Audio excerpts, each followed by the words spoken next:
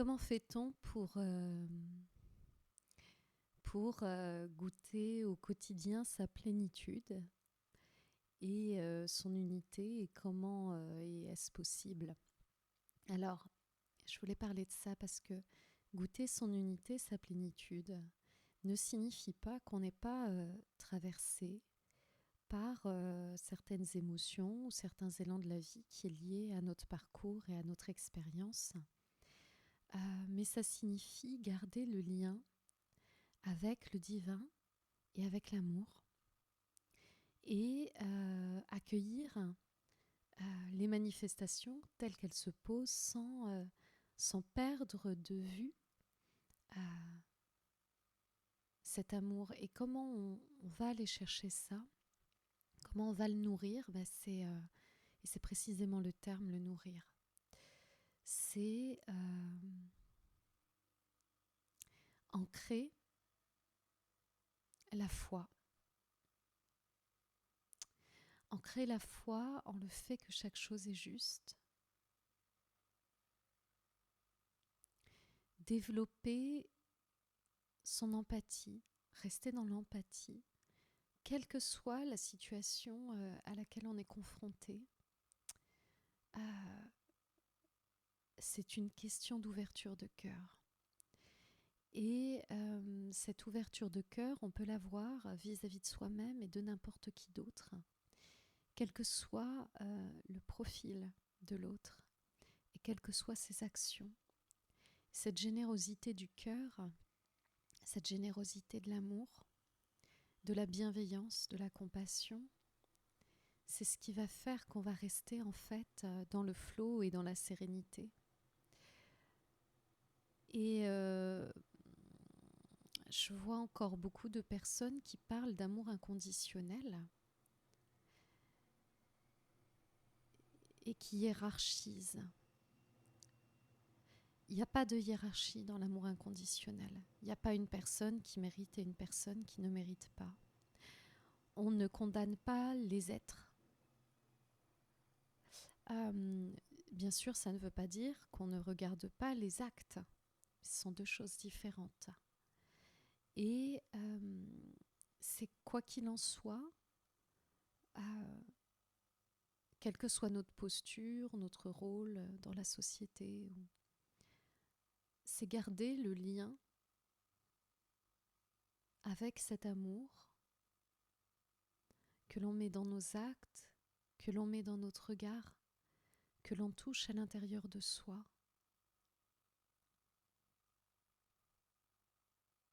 Que l'on peut diriger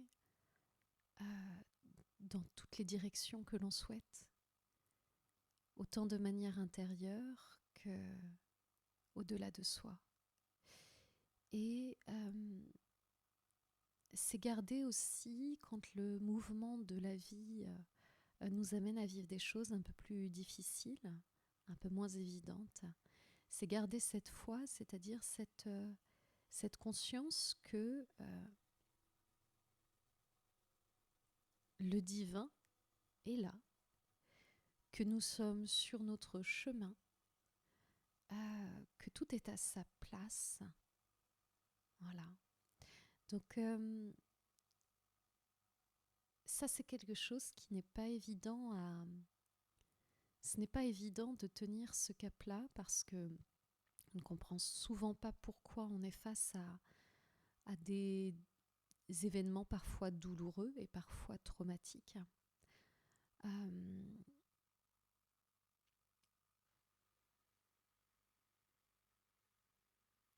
Et quand on vit certaines expériences de connexion à l'omniprésence, à l'omniscience profonde, on peut accéder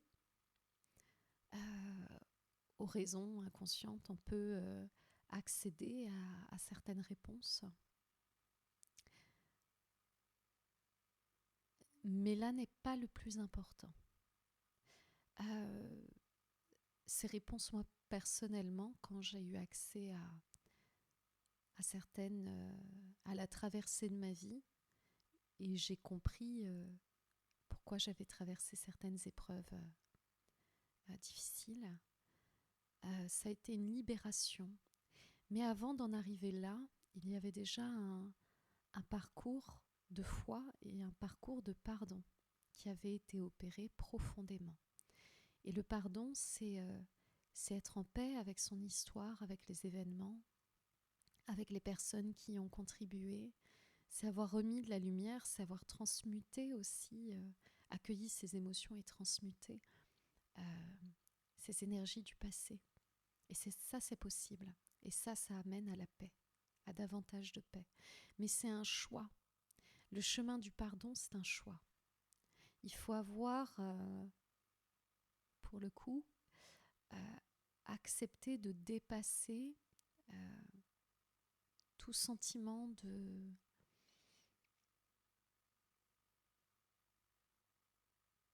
rancœur ou toute volonté de se faire justice ou ce genre de choses. Il faut vraiment... là, on est déjà dans une forme de détachement de l'ego, en fait. Donc, et ça, c'est quelque chose de possible pour accéder à la paix et pour déployer son amour, mais c'est vraiment un choix. Ensuite, quand on goûte à cet amour inconditionnel en soi, dans le lien avec le divin, on peut apprendre à le mettre partout en sachant euh, que c'est toujours là, que c'est toujours là, que c'est en soi et que c'est notre conscience qui peut se relier à cette essence, à cette énergie aussi. Et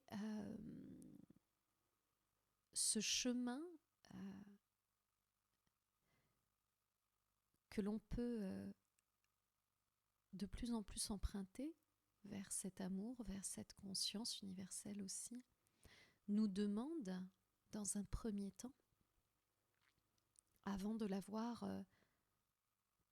tellement investi que c'est devenu une nature propre, même pour notre ego, il faut aller chercher ce chemin. Il faut aller chercher à l'emprunter, le réemprunter. Il faut, au démarrage, se dire, c'est là, quand on en perd l'accès, c'est là continuellement, si je veux, je me reconnecte à ces espaces-là d'amour, de paix, de plénitude, de compassion, et je l'investis dans ma conscience, à partir de ma conscience. Tout est question d'où je mets ma présence, avec quoi je me mets en reliance, en connexion. Et quand je commence à y retourner, je peux le vibrer, même dans des situations difficiles, pour soi et pour les autres. Et plus je vais inscrire ce chemin, plus je vais me rappeler à ça, me connecter à ça, me rappeler à la lumière, à la foi, à l'amour, et plus je vais pouvoir, comme le cristalliser, et le vibrer de manière de plus en plus naturelle. Voilà, c'est comme n'importe quelle habitude en fait. Mais c'est aussi un mouvement de notre esprit. Tout comme changer son système de pensée pour pouvoir l'assainir, le reposer. Ce sont des nouvelles habitudes à prendre parce que nous avons reçu des enseignements qui sont parfois très contraires à cet amour et à cette paix. Et donc toucher la plénitude ne veut pas dire qu'on est toujours, qu'il n'y a que de la joie, de l'amour et de la paix continuellement. Ce n'est pas le cas. Sinon, on ne serait pas dans une expérience humaine, ou en tout cas, ça peut être le cas, mais ça ne veut pas dire que parallèlement, il n'y a pas des émotions autres qui se manifestent. Cependant, ces émotions autres, ne prennent plus forcément possession de soi. Ou en tout cas, c'est un parallèle qui ne va pas empêcher la lumière, l'amour, ce chemin-là, de se manifester. Et là, c'est un vrai réapprentissage. euh, et c'est ça pour moi, retrouver son pouvoir personnel, c'est savoir que l'on peut, dans nos connexions de conscience, accéder aux espaces et aux énergies de la conscience que l'on a envie de nourrir. Voilà. Je parlais avec une personne que j'apprécie beaucoup. Justement, on parlait de l'illumination, de la réalisation de soi, de tous ces mots-là. Et dans quelle mesure est-ce que être dans l'universalité du divin, vivre un samadhi, par exemple, permet de l'imprégner suffisamment pour pouvoir l'émaner continuellement, ou est-ce qu'il y a des allers-retours, et qu'est-ce que ça signifie se réaliser finalement. Est-ce que c'est pas plutôt émaner l'amour de manière universelle au quotidien, et sans jamais perdre le lien avec le divin. Et j'en arrivais à la conclusion que, en fait, ça n'avait aucune importance. Et on peut vivre des expériences grandioses où on a vraiment touché que le divin et soi ne faisaient qu'un, toucher l'unité, et avoir beaucoup de difficultés à l'imprégner dans son quotidien. Et ça demande, tout en l'ayant profondément réalisé, tout comme certaines personnes n'ont pas forcément vécu d'expérience d'omniprésence et d'omniscience, et pourtant œuvrent à être dans l'amour au quotidien. Et je pense qu'en fait, il n'y a pas un chemin plus juste qu'un autre. Le seul chemin qui est juste, c'est celui que chacun emprunte. C'est ce qui est juste pour soi. Et je dirais que ce qu'il y a de plus proche pour moi de la réalisation de soi, c'est justement de se rappeler à l'amour et de le vibrer autant en soi-même, alors là ça nous nourrit complètement, que pour les autres. C'est choisir la compassion, et ce qui n'empêche pas de savoir poser des limites. Il faut, l'un et l'autre ne sont pas incompatibles. C'est important de le préciser, parce que je sais que il y a beaucoup d'idées là-dessus. On peut tout à fait construire une structure solide en comprenant où sont les limites factuelles, pour pouvoir rester justement dans cette ouverture de manière saine pour soi et pour les autres, et rester fondamentalement dans l'amour. Ça, c'est important. Voilà ce que je voulais dire. Je pense que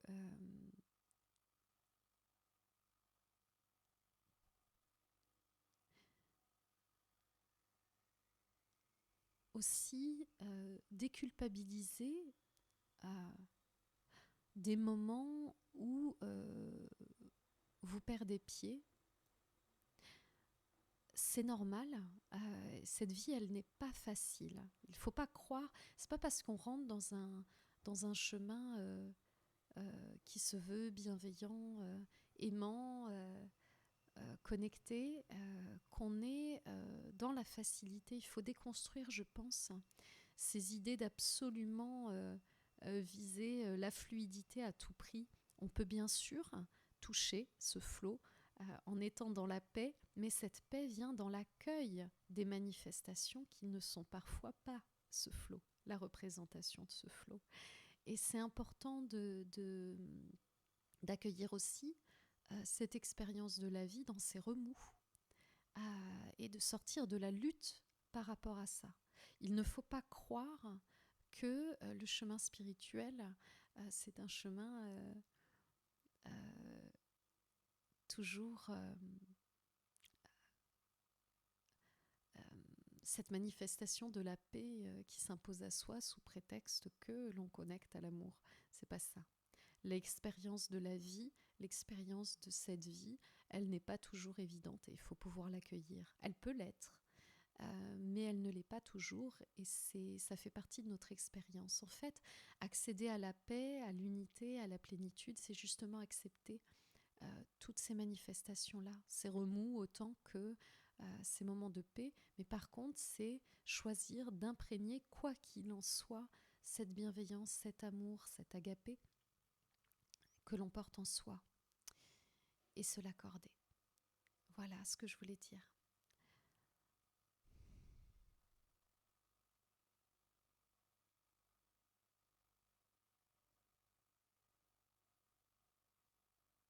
Il n'y a pas de protocole, il n'y a pas de recette euh, qui nous dit comment accéder à cet amour. En fait, c'est quelque chose que l'on porte de manière naturelle et on a les connaissances en nous-mêmes qui nous guident vers ça. C'est rentrer au plus profond de soi. C'est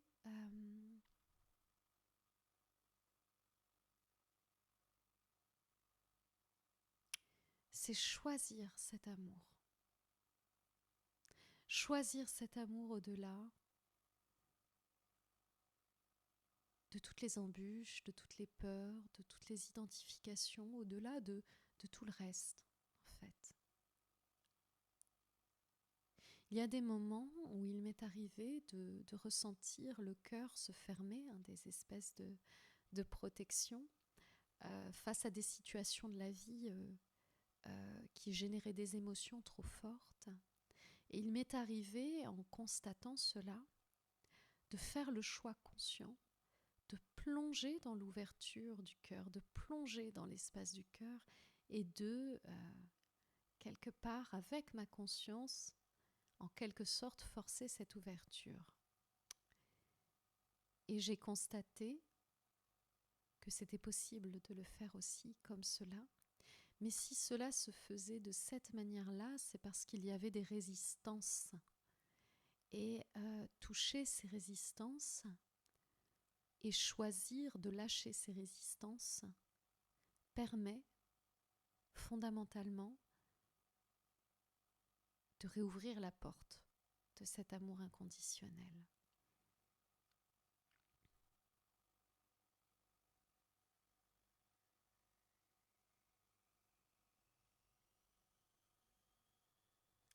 Cet amour inconditionnel aussi nous répare de tout. C'est-à-dire que même quand on vit quelque chose de dramatique et qu'on arrive à y accéder, malgré, au-delà de nos protections, il nous nourrit à un point que le manque s'efface, à un point que la paix s'impose d'elle-même en nous-mêmes.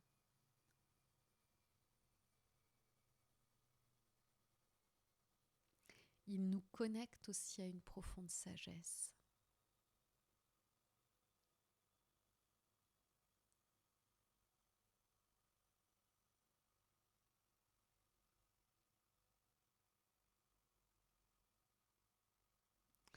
Et il est sans limite.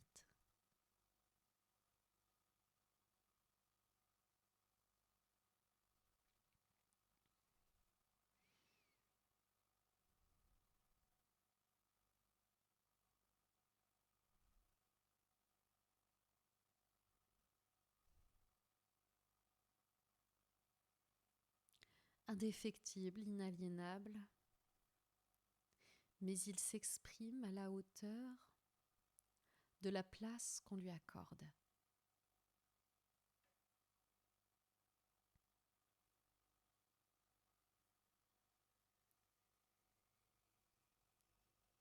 souhaite une très belle journée, une très belle soirée pour ceux qui m'écoutent en soirée. À bientôt.